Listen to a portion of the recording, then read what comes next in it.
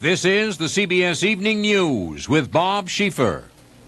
Good evening. The Reagan administration until now has saved most of its hardline comments for the Soviet Union, but today National Security Advisor Richard Allen told European allies to shape up. Allen's comments came in a speech that also underlined a changing U.S. attitude towards South Africa and was coupled with a hardline speech by the new UN envoy that reaffirmed U.S. feelings toward El Salvador. Both spoke at a meeting of conservative groups in Washington. Richard Roth has a story. Lecturing in public for the first time since assuming his White House post, Allen gave the conservatives all they could have asked for, a clarion call for Allied strength and vigilance.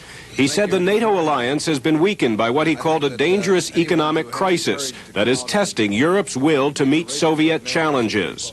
We are even hearing in other countries the contemptible, better read than dead slogan of a generation ago.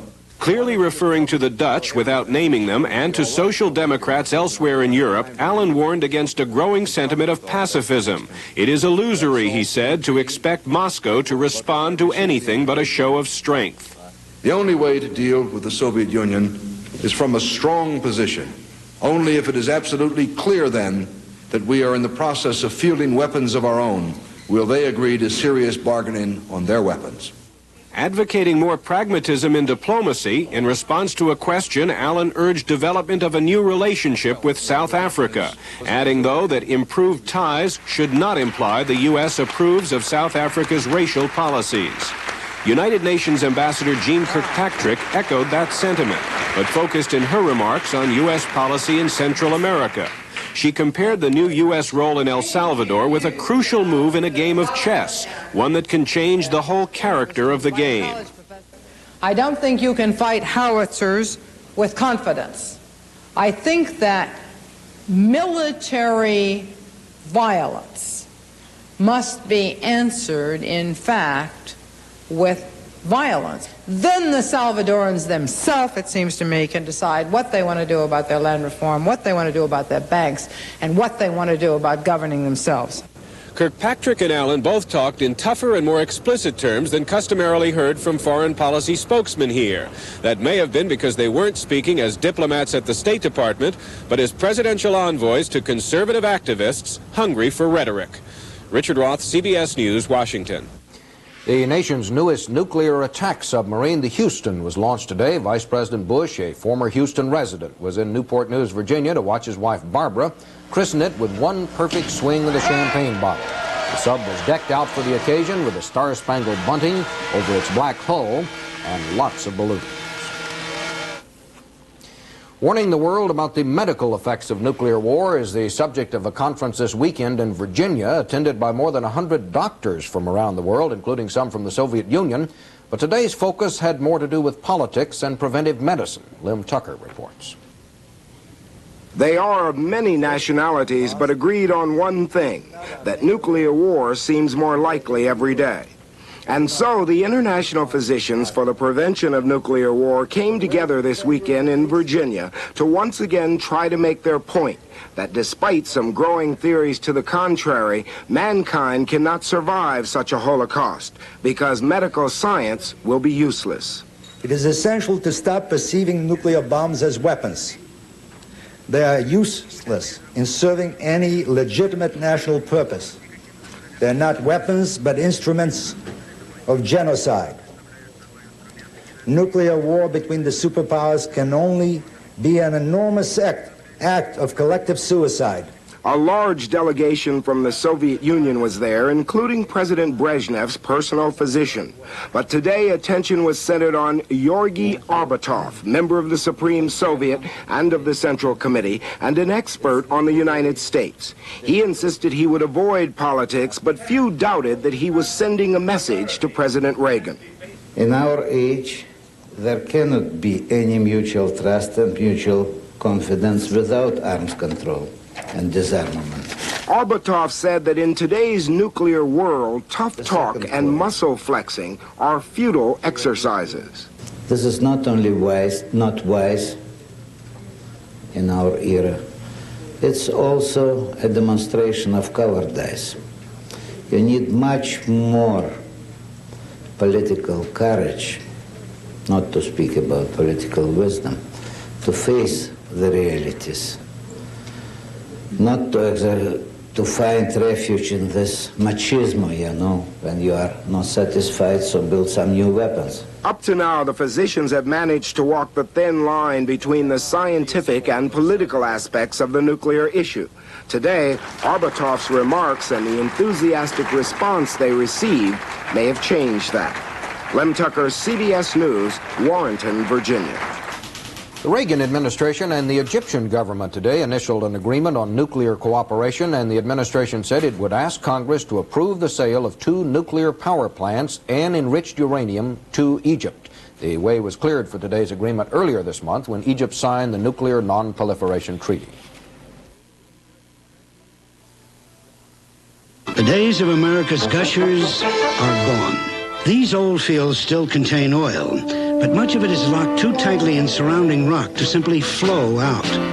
Instead, this stubborn oil has to be forced out with a lot of money. And this year, Conoco is doubling its spending to keep these fields producing. In some places, Conoco pumps water into the rock to push out oil. Some places we also pump steam or special detergents. And it's working. About half of America's oil now comes from fields like these. The more we can force out, the less oil America has to import.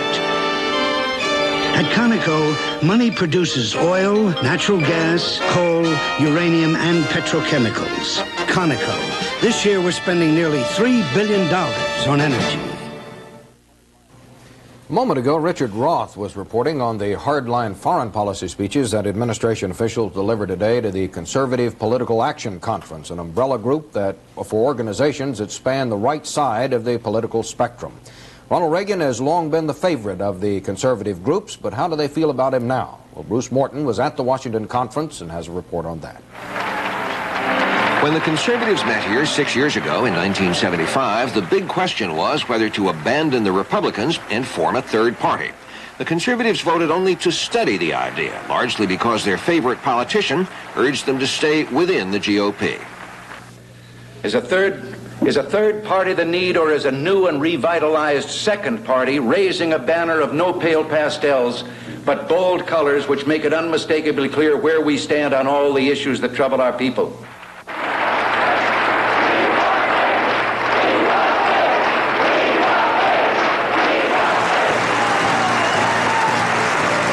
Last night, in the same ballroom, that favorite politician could have said, "See, I told you so." He didn't. He said thanks instead.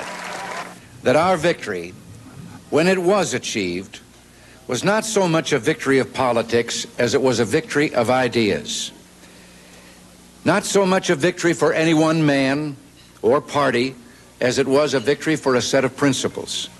Principles that were protected and nourished by a few unselfish Americans through many grim and heartbreaking defeats. Now you are those Americans that I'm talking about. Today, the conservatives talked about the Reagan administration. They criticized some appointments. One man wished the budget could be balanced right now, but overall they seemed content. The realm of policy, the Reagan administration deserves an A+. Well, ladies and gentlemen, unless we are chronic complainers, it's got to look very good to us. And they talked about the next election, sounding like surfers on the crest of the wave. We are going to spend $4.5 million in order to defeat those congressmen who do not support President Reagan's policies. I think if Ronald Reagan can deliver on even a small percentage of what he has promised, I think we're going to look in pretty good shape. Millions of Democrats around the country are reconsidering their positions and their party affiliations and about to join an aligned conservative party, which will be the Republican Party. Republicans/conservatives will gain probably 6 or more seats in the United States Senate, and I think that we will take over the House of Representatives as well. Thank you. If the conservatives were any more optimistic, you'd have to tie them down. Bruce Morton, CBS News, Washington. The president has been proposing cuts right and left in the federal government. Thus, today's news from the White House is a bit out of the ordinary. Mr. Reagan wants to set up a new government office. Jed Duvall now with that report. For as long as he's been in politics, Ronald Reagan has been complaining about fraud and waste in government. Now that he's president, Mr. Reagan wants to do something about them. He will, aides say, name a council on integrity and efficiency in government with someone from each cabinet office on it. It will not be a new bureaucracy, officials here claim, because the staff will come from the budget office. The head of that office, David Stockman, said the effort will concentrate on audits within federal agencies. CBS newsman John Ferrugia today asked Stockman how much money might be involved. Well, I don't think anybody can put their figure on the magnitude, but in a whole variety of things, such as debts that are owed the federal government not being collected, such as GAO reports, which indicate that in many of these programs, it's in the billions. It's in the billions. White House spokesman James Brady said some old government fraud investigations are being concluded and will produce some charges against a few individuals over the next few weeks. Which investigations in which agencies, Brady would not say. We don't want anybody to escape, he explained. The FBI and Justice Department will be involved whenever the new audits turn up any criminal matters. Brady described this attack on fraud and waste as the unspoken fifth leg of the administration's economic program. Quote, patching a hole that federal dollars are falling through, he said, is like finding something else to cut from the budget. Jed Duval, CBS News, the White House. The Reagan administration has not been bashful about finding fault with the previous administration, but today it came up with an unexpected charge. A White House spokesman said the White House roof, that is the portion of the roof over the White House press room, is falling in and it is all Jimmy Carter's fault. Spokesman Larry Speake said the roof has been showing signs of stress ever since Mr. Carter staged a rooftop barbecue for some of his friends. Speake said the Reagan administration promises quick action to put the roof back in top shape.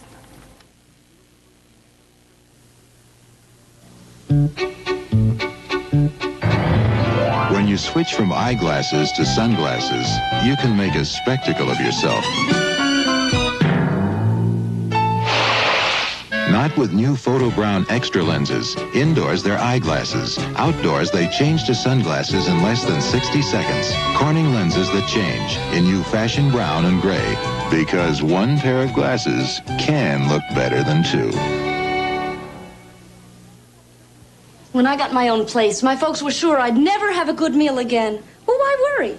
I just got myself some Stofers. They make so many good things. Chicken divan, beef stew, green pepper steak with rice, and lots more. Some ready in just 15 minutes, which is great when you're in a hurry. So if you're on your own, get yourself some Stofers and tell your folks not to worry.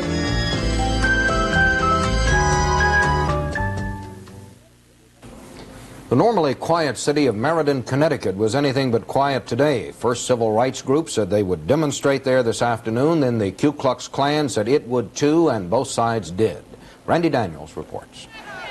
Blacks from Meriden and other nearby Connecticut cities called the demonstration to protest the shooting death of a black shoplifting suspect by a white off-duty Meriden police officer last month. The community of people are saying that Officer Eugene Hale must be suspended from the force immediately for the killing and shooting of Keith Rakestraw. We are not about violence. Then Bill Wilkinson and his Louisiana-based wing of the Ku Klux Klan, which has been recruiting in Connecticut, decided to hold a counter-rally. Not to be outdone, the International Committee Against Racism, a Hartford-based collection of left-wing students and workers, decided to bus in supporters to confront the Klan. The stage was set for violence. The small group of Klan members attracted a large crowd at the steps of Meriden City Hall.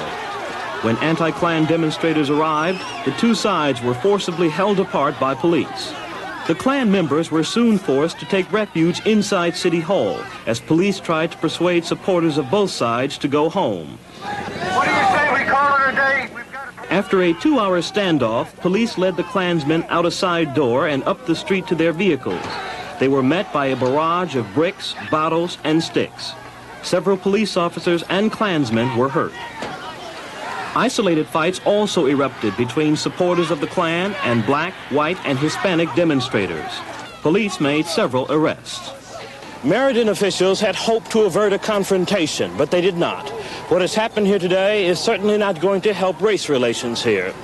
Randy Daniels, CBS News, Meriden, Connecticut.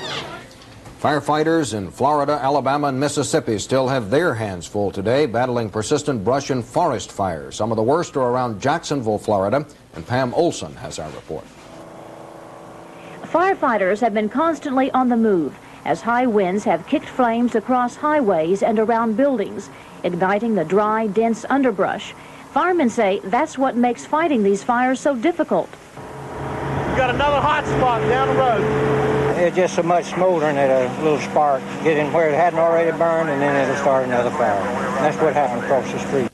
The city's communications command post has been kept busy around the clock. So far, more than 5,000 acres have burned this week. Jacksonville Public Safety Director Irving Griffin, who's been coordinating firefighting efforts, maintains these are the worst fires in more than 25 years. We fought from helicopters, we fought from woods trucks, we fought bringing water out of ponds, or just everything where we could get water and get back up into the woods and save property. Mostly what we really were trying to do was saving structure. There wasn't a lot we could do with the woods fires. And those efforts have apparently been successful. There has been little damage to homes and few personal injuries, but damage to forest lands is estimated in the millions. Such fires are not unusual for this time of year in northern Florida, but this year the fires appear to be deliberately set. 9 people have been arrested and charged with arson this week. Pam Olson, CBS News, Jacksonville, Florida. In Santiago, Chile, there was a fire today in the country's tallest office building. At least 11 people were killed there, 2 when they jumped to their deaths. The blaze started on the 12th floor of a 36-story building, apparently when glue being used by carpet layers caught fire. Now only one traveler's check offers you exclusive news services that protect more than just your money. Now if you lose your credit cards and ID along with your traveler's checks, only one traveler's check will help you cancel your cards. Only one will issue you a temporary ID and cash a check for up to $200. Only one will put its travel service at your service 24 hours a day. Only this one. Ask for American Express. Now they protect more than just your money. Now they help protect your vacation. Johnny, you know more Europeans vacation in Spain than anywhere else? Really? They go to see the Alhambra or Granada and all the great art. That's nice. They love Spanish food. I am hungry. Me too. Johnny, there is more than castles in Spain. I know. And good sports too. It's all right. Lower prices on food, first, and fine hotels. Come to Spain. A lot more vacation for a lot less money. You like? I like. Okay. It's all right. While some Atlanta residents have armed themselves for controversial neighborhood patrols, others are quietly continuing to turn out each weekend to search for clues to the city's baffling child killings. We have a report on this weekend's search and the searchers from Sam Ford. It's a Saturday morning in Atlanta, and they are arriving for Operation Search. For 23 weekends now, volunteers from around the city and recently the country have gathered here, usually behind civil rights leader the Reverend Ralph Abernathy's church, with a search for clues. They often come in delegations like this one from nearby Dobbins Air Force Base, led by a general. Today, 13 police officers from Indiana came with their track dogs at their own expense to help. We just got ideal dogs, and I felt like that, hey, with a few more dogs, maybe we'll come up with something. And sometimes they come in families. I think we should go on the ship, on the search, because it got something to do with us, because we could be missing next. They gather inside the church gymnasium where the man who organized these searches, City Councilman Arthur Langford, says a prayer for an end to the murders. The volunteers split up in groups and board buses. Once on location, the team leaders like James Dutton and Maddie Jackson take over. If you find anything that looks suspicious at all, or you think it should be investigated, holler that you want a team leader. Let them come and look at it. Do not move from that spot. Do not pick it up. Don't get too far down in there now. Let's kind of keep it in a line. When James Dutton isn't leading searches, he's often doing other community work. He's a retired Atlanta businessman who has missed only 2 of the 23 searches. When our children are being snatched and killed, we just can't sit at home. When there's something that we can do, we have to get out and try. That's also how Maddie Jackson feels. She works at a mental health center during the week, But with 3 exceptions, this mother of 8 natural children and 2 foster children has been in the woods every Saturday morning. I would use all my energy out in the woods instead of trying to create a whole lot of problem within the city. And a lot of people feel that this would bring on racist type problem in the city. But I can see people's using up all that hate and anxiety out in the woods, beating back bushes and trash, walking through the creeks, looking on the rocks and things. They're getting it all out of the system. The searchers have found only 1 child's remains so far, but authorities say they have turned up helpful evidence in the child investigations as well as other cases. They found objects ranging from guns and stolen motorcycles to stolen newspaper dispensers. But 2 children are still on the missing list, and search organizers say until they are found and the child case is solved, the volunteers will be here on Saturdays. Sam Ford, CBS News, Atlanta. The news from El Salvador today. The government is mounting an offensive in the northern part of the country, an offensive with a flourish. Gary Shepard has that story.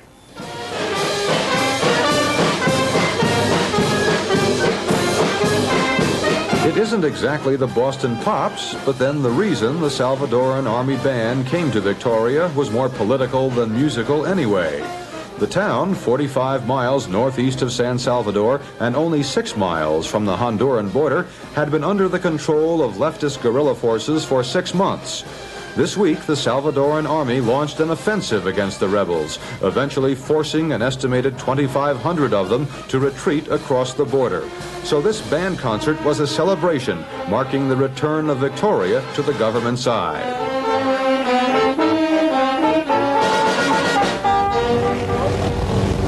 A helicopter carrying an army colonel lands in the town square. The colonel is told the fighting is over, that 7 government soldiers were killed and 25 wounded during the 4-day battle. The artillery, 105mm guns made in Yugoslavia, is silent now, the army conserving its precious ammunition until the next time it's needed. According to one officer, the rebels used helicopters based in Nicaragua, although he said he didn't know what kind they were. He said the enemy also used American-made M60 machine guns, supplied, he thought, by Vietnam from American stockpiles captured at the end of that war. There is plenty of evidence of the recent rebel presence here, including slogans on the walls of buildings and the Soviet hammer and sickle symbol. But the Salvadoran army claims most of the people here say they are glad the town has been liberated, that they bring the soldiers coffee every morning and have been especially friendly. For now, this town is firmly in government hands, but the military commander here says it's just a matter of time before the rebel forces try once again to capture it. So the army plans to remain here to protect these people. It may well be here for a long time. Gary Shepard, CBS News, Victoria, El Salvador. What this country needs today is a really good rental truck at a really good price. So Ryder presents the $19.95 a day truck. For local rentals, this 18-foot Ryder truck is now only $19.95 a day plus mileage. And Ryder has great rates on other size trucks too, from small vans up to giant tractors. What this country needs today is a really good rental truck at a really good price. Ryder. If one Rolaids tablet isn't always enough for your acid indigestion, watch this Tums demonstration. 1 Rolaids and 1 Tums tablet are added to stomach acid. Both neutralize the acid. But on those occasions when your stomach has even this much more acid, Tums can still absorb it. Rolaids can't. Because tablet for tablet, Tums neutralizes 1/3 more acid than Rolaids. For acid indigestion and heartburn, all you may need is this. Tums. By tomorrow at this time, the NCAA basketball tournament will be down to 4 teams, the so-called Final Four. One team that just missed the quarterfinals by losing last night still had quite a season when you consider they didn't even exist a few years ago. Bruce Hall has the story. It was David versus Goliath, the University of Alabama in Birmingham, a school that didn't even own a basketball, let alone have a team 3 years ago, against Indiana University, a national powerhouse that has qualified for postseason tournaments 9 of the past 10 years. And it was on Indiana's home court before some of the most vocal basketball fans in the country. This remarkable Alabama-Birmingham team was put together by Gene Bartow, the coach who led Memphis State to the national finals in 1973, and then was selected to replace the legendary John Wooden at UCLA. But after 2 conference championships in 2 years, he gave up that prestigious job for the challenge of establishing a basketball program from scratch. And the UCLA thing was different, and I didn't enjoy it, and I walked away. This has been a great 4 years. Rotate, good defense. Keep it up, real good.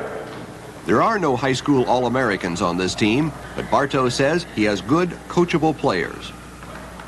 A coach like Coach Bartow, you don't have to have great players. If you get a good player, he can make them great. And to the surprise of virtually everyone, the team immediately began winning ball games, especially games they were not supposed to win. This year, they qualified for the NCAA tournament, won their first game easily, and then last week, upset highly rated Kentucky. Avid fans like Birmingham Mayor Richard Arrington give credit to the Bartow style. I really think he is first rate in every respect and a fine leader of young men, and I think that's probably the greatest thing you can say about a coach is when the young men respect him and he takes them and enables them to realize the potential, and some of them perhaps even greater potential than they thought they had. Sports writers have dubbed this team the greatest bunch of overachievers in the game, but few give them any chance of victory against Indiana. From the opening tip-off, it was a hard-fought, intense game, with the lead going back and forth. But Alabama-Birmingham got into early foul trouble. After a couple of spectacular plays, the highly partisan Indiana crowd began to rattle the inexperienced young team. Don't quit in this thing. We're not out of it. Just keep pecking away. One basket at a time, keep pecking at it. Alabama-Birmingham kept it close until the final 2 minutes. But this time, David could not defeat Goliath. But Bartow says with virtually the entire team returning next season, he and his team will be back again. Bruce Hall, CBS News, Bloomington, Indiana. That's the news. I'm Bob Schieffer, CBS News, New York. Good night. When you spread on Glidden, you get something beautiful to show for it. Frank gave me a beautiful painting for my birthday. Rembrandt? No, Glidden. Oh. Do you always use the high-quality spread? Of course. Glidden. Oh. Once I was the center of attention at my parties. Then I painted the walls with Glidden. Glidden, when you make a very good paint, it shows. Where have you been? I've been worried. Fun. I've been to the police. The police? No money, no traveler's checks, even my credit cards and identification, they're all gone. When did this happen? Well, you know, after I went to Lots of things can go wrong on a vacation. That's why only American Express introduces extra protection, like helping cancel your credit cards if they're lost with your traveler's checks. Ask for American Express. Now they protect more than just your money. Now they help protect your vacation. This has been the CBS Evening News with Bob Schieffer. Tomorrow's guest on Face the Nation will be Paul Volcker, Chairman of the Federal Reserve Board. For an update on Sunday's events, watch the CBS Evening News with Morton Dean.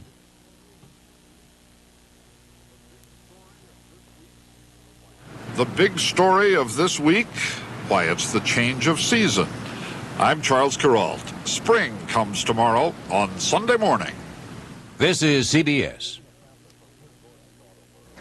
I'm reading a pamphlet from Herb Gordon's Auto World. It explains 9 good reasons why you should choose